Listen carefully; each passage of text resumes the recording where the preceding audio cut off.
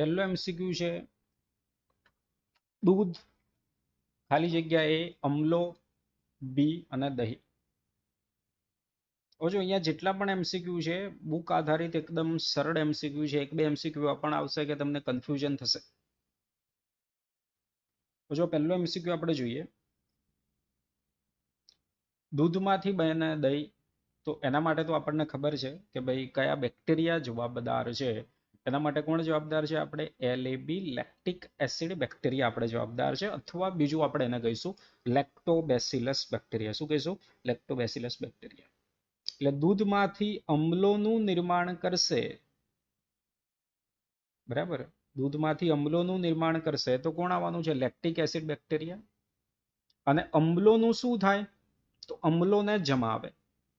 હવે જો આ ઓપ્શન આપણને આપેલું છે લેક્ટોબેસિલસ, પણ અહીંયા નિવેશ લખ્યું, જમાવે એવું નથી, એટલે આ જવાબ ના આવે. પાછું તમને એમ થાય આ જવાબ આવી જાય, તો જવાબ આપણી જોડે એક જ વધશે. અહીંયા દૂધમાંથી અમ્લોનું નિર્માણ થવાનું છે લેક્ટિક એસિડ બેક્ટેરિયા, અને અમ્લોને પછી જમાવે છે, એટલે આપણે દહીંનું નિર્માણ થાય છે. તો જવાબ થઈ ગયો ડી. નીચે આપેલ પૈકી કયું લેક્ટિક એસિડ બેક્ટેરિયા માટે યોગ્ય છે? જ્યારે દૂધમાંથી દહીં બને છે તો વિટામિન B12 ની માત્રા વધારી પોષણ સંબંધિત ગુણવત્તામાં સુધારો થાય, સાચું છે. જઠરમાં સૂક્ષ્મજીવો દ્વારા થતા રોગોને અટકાવશે, આ પણ સાચું છે. તો જવાબ આપણો થઈ જવાનો છે A અને B બંને. તો જવાબ આપણો થઈ જશે C. ચલો હવે ત્રીજા એમસીક્યુ નો જવાબ તમે મને જણાવો. બ્રેડ બનાવવા માટે વપરાતા ખીરામાં શેનો ઉપયોગ કરીને આથો લાવવામાં આવે છે?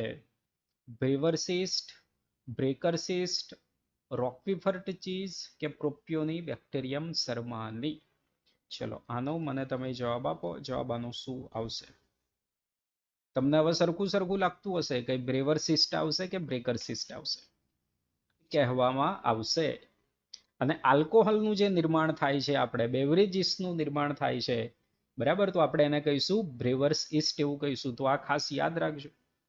આ જ્યારે એમસીક્યુમાં પૂછાય નીટની પરીક્ષામાં, આવું તો એકદમ સરળ એમસીક્યુ થયો, પણ ખરા ખોટા વિધાનમાં કેમ કોઈ જગ્યા આવે તો આપણે ભૂલ પડી જાય. તો આ ખાસ યાદ રાખજો. આગળ છે રોકવીફર્ટ ચીઝને પકવવા માટે સંવર્ધન માધ્યમ તરીકે આપણે કોનો ઉપયોગ થાય છે? બેક્ટેરિયાનો ઉપયોગ થશે, ઈસ્ટનો ઉપયોગ થશે, ફૂગનો ઉપયોગ થશે. A અને C બંનેનો ઉપયોગ. કોનો ઉપયોગ અહીંયા થવાનો છે? તો જો રોકવીફર્ટ ચીઝ માટે આપણે હતું પેનિસિલિયમ રોકવીફર્ટ, તો એ શું થઈ ગયું? આપણે ફૂગ છે, તો જવાબ થઈ જશે C.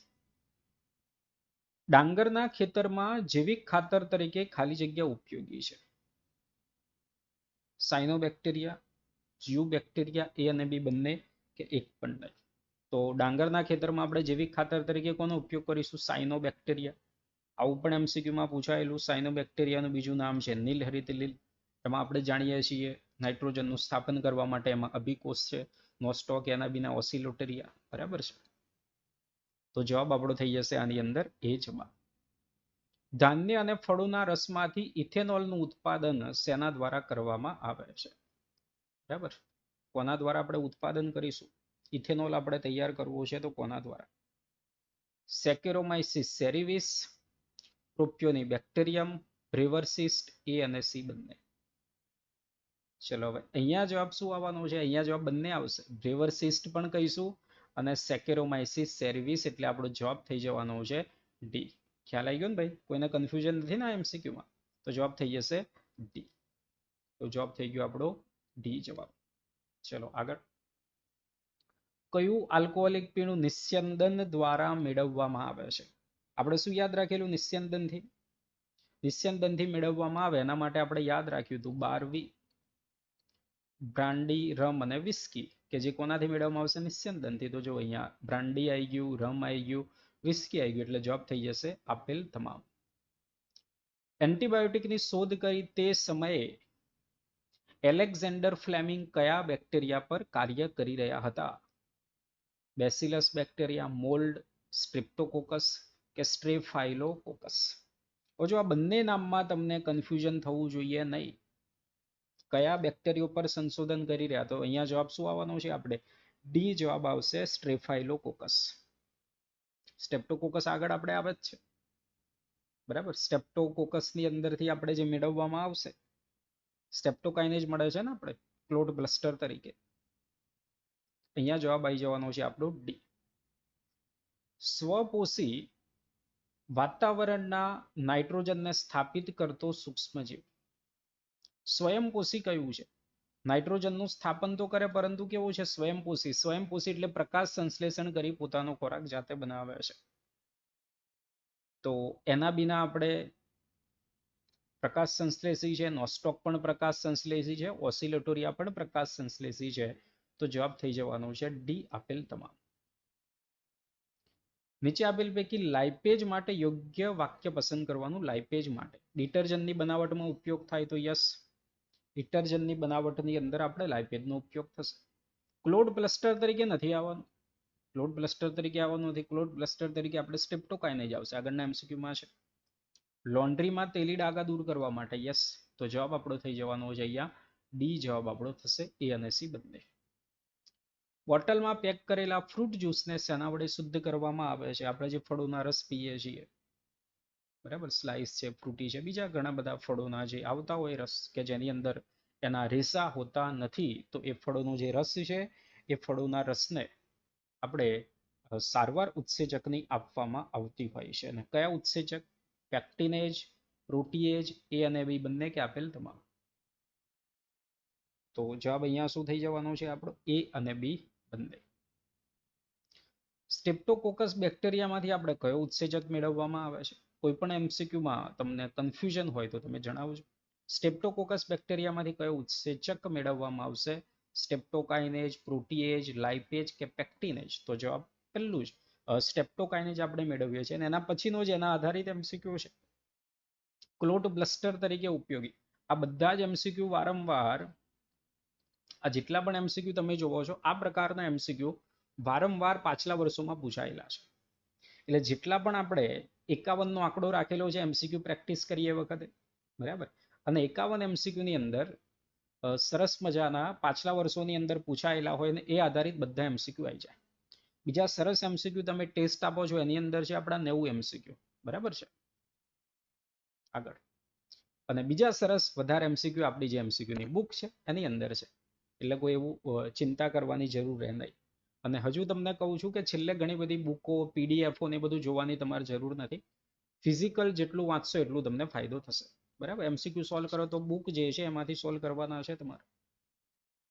ક્લોટ બ્લસ્ટર તરીકે ઉપયોગી ઉત્સેચક પેક્ટિનેજ, પ્રોટીએજ, સ્ટેપ્ટોકાઇનેજ કે લાઇપેજ? તો ક્લોટ બ્લસ્ટર તરીકે કોણ આવવાનું છે? સ્ટેપ્ટોકાઇનેજ. સ્ટેપ્ટોકોકસ બેક્ટેરિયામાંથી મળે છે.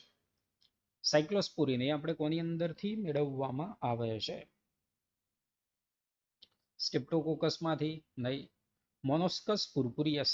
તો હા, મોનોસ્કસ પુર્પુરિયસની અંદરથી આપણે મેળવવામાં આવશે સાયક્લોસ્પોરિન. તો મોનોસ્કસ પુર્પુરિયસમાંથી પણ નથી. એસ્પરજીલસ નાઇજરમાંથી મેળવવામાં આવશે, એમાંથી પણ નથી. એમાંથી તો સાઇટ્રિક એસિડનું નિર્માણ થશે. ટ્રાઇકોડર્મા પોલિસ્પોરમ. ટ્રાઇકોડર્મા પોલિસ્પોરમ કે જે આપણે ડ્યુટેરોમાઇસેટિસની અંદર આવતું ફૂગ છે, જૈવિક નિયંત્રકની અંદર પણ આવતી જે ફૂગ છે, મુક્ત જેવી ફૂગ. તો આ 2-3 જગ્યાએ આવે છે, યાદ રાખવાનું. તેમાંથી આપણે મેળવવામાં આવે છે સાયક્લોસ્પોરિને.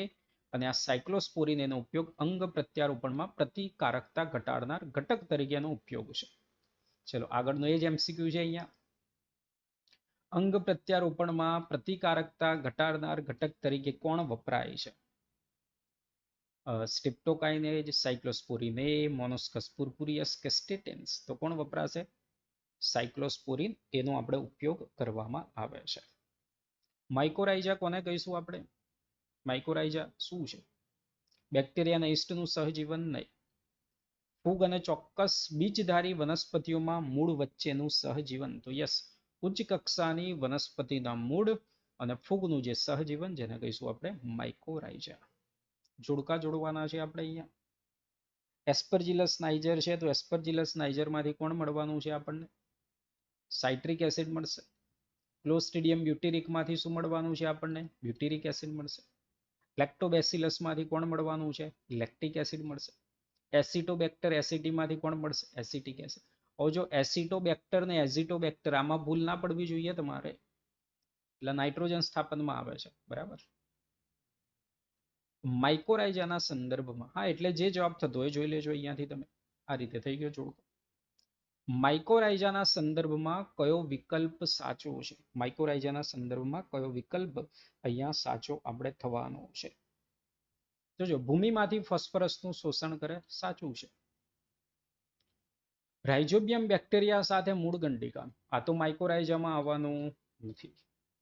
મૂળમાં રોગ પ્રેરતા રોગકારકો સામે તથા ક્ષાર અને સુસુપ્તતા સામે ટકી રહેવાની ક્ષમતા, યસ આ પણ આવશે. નાઇટ્રોજનનું સ્થાપન કરી આવશે નહીં, એટલે પહેલું અને ત્રીજું એ સાચું છે, એટલે ઓપ્શન એ નહીં આવે, બી નહીં આવે, જવાબ આવી જશે આપણો સી. કયા વાયરસનો જીવ નિયંત્રક તરીકે ઉપયોગ કરવામાં આવે છે? આ પણ ખાસ યાદ રાખવાનું છે. અને જે નિવસન તંત્રનો ઉપચાર હતો ને, એમાં આપણે વિધાન આપેલું છે, નિવસન તંત્રના ઉપચાર, બરાબર. કેવું? તો કે સંવેદી. સંવેદી નિવસન તંત્રના ઉપચારમાં પણ બકુલો વાયરસ, તો એક આ વિધાનમાંથી પણ આપણને નીટની પરીક્ષામાં એમસીક્યુ પૂછાઈ શકે. ટોબેકો મોઇઝે, એડિનો વાયરસ અને બકુલો વાયરસ. એડિનો વાયરસ આપણે યાદ રાખવાનું છે ને, એડિનો કોની અંદર આવે? શ્વસન તંત્રને લગતી બીમારી, તો એ રીતે તમે યાદ રાખજો એડિનો વાયરસ. અહીંયા પણ આપણો જવાબ થશે બકુલો વાયરસ. જોડકા પ્રકારના એમસીક્યુ આ પ્રકરણમાંથી પૂછાતા હોય છે.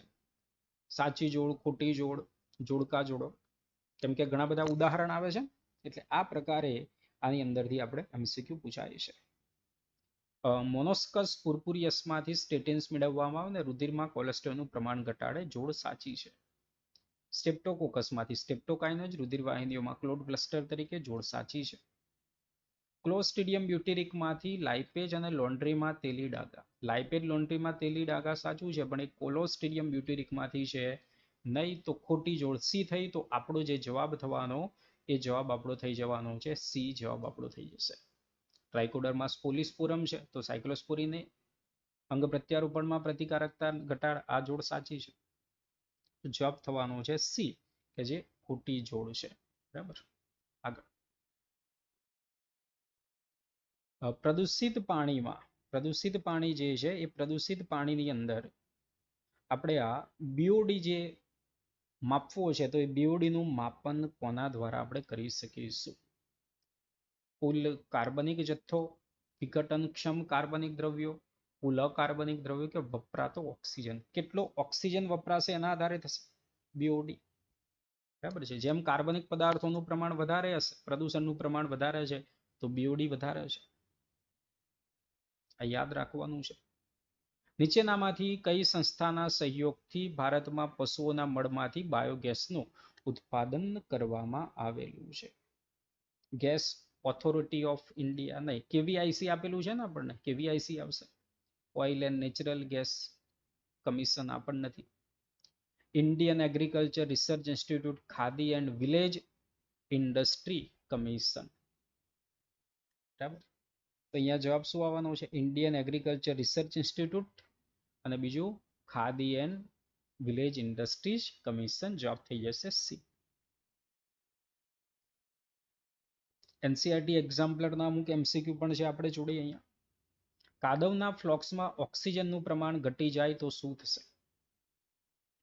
કાર્બનિક દ્રવ્યોના વિઘટનનો દર ધીમો થશે. ફ્લોક્સના કેન્દ્રમાં ઓક્સિજનની અછત સર્જાશે, તેમજ તેના લીધે તેમાં રહેલા બેક્ટેરિયા મૃત્યુ પામશે. ફ્લોક્સનું કદ વધશે, પ્રજીવોની સંખ્યામાં વધારો થશે. ઓક્સિજનનું પ્રમાણ ઘટી જાય, જારક જીવી છે, ઓક્સિજનનું પ્રમાણ ઘટી જાય તો એના લીધે આ બેક્ટેરિયા શું થઈ જાય? ભાઈ, બેક્ટેરિયા મૃત્યુ થઈ જાય, કારણ કે આ બધા કેવા છે? જારક જીવી હતા. કેવા છે? જારક જીવી પ્રક્રિયા થાય. સાચો વિકલ્પ આપણે અહીંયા પસંદ કરવાનો છે. લેડીબર્ડ આવશે, તો લેડીબર્ડ કોના માટે આવે? આપણે લેડીબર્ડ આવશે આપણે એફિડ્સના નિયંત્રણ માટે. માઇકોરાઇઝાનું ઉદાહરણ છે તો આપણે ગ્લોમસ છે. જૈવિક નિયંત્રણની અંદર આપણે આવશે ટ્રાઇકોડર્મા, અને બાયોગેસની અંદર આવવાના છે આપણે મિથેનોબેક્ટેરિયમ. તો આ રીતે જે આવે છે, એકની અંદર 3 આવે એવા 2 થઈ ગયા, બી ની અંદર 4 આવે એવું, તો આ બી જ ઓપ્શન છે, તો જવાબ થઈ ગયો આપણો બી. ચલો આગળનો એમસીક્યુ જોઈએ.